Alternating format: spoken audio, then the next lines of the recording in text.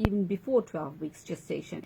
When you go up a little bit further along the line, you can start picking up people potentially at risk for things like gestational diabetes, so diabetes in the pregnancy, hypertension in the pregnancy. A large part of our population is at risk for gestational hypertension and gestational diabetes. So that's a very important, part in our lives where we can figure out whether the patient is at risk for future diabetes in her life, even outside of the pregnancy. So gestational diabetes only happens whilst mom is pregnant? Yes, so it is picked up during the pregnancy, followed throughout the pregnancy, treated as appropriately as one can, and then after the pregnancy, 6 weeks later, we do another test to see if that has resolved. Most of the time it does resolve, but it is a known risk factor for the mum to develop diabetes later on in her life. So higher risk factor then for developing type 2 diabetes? Yes.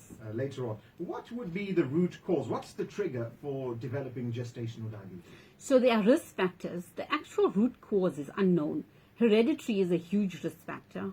Previous big babies is a huge risk factor. Maternal obesity is a huge risk factor. If you've had polycystic ovarian syndrome prior to pregnancy, that's another risk factor. Family history of a strong family history of diabetes is also a risk factor.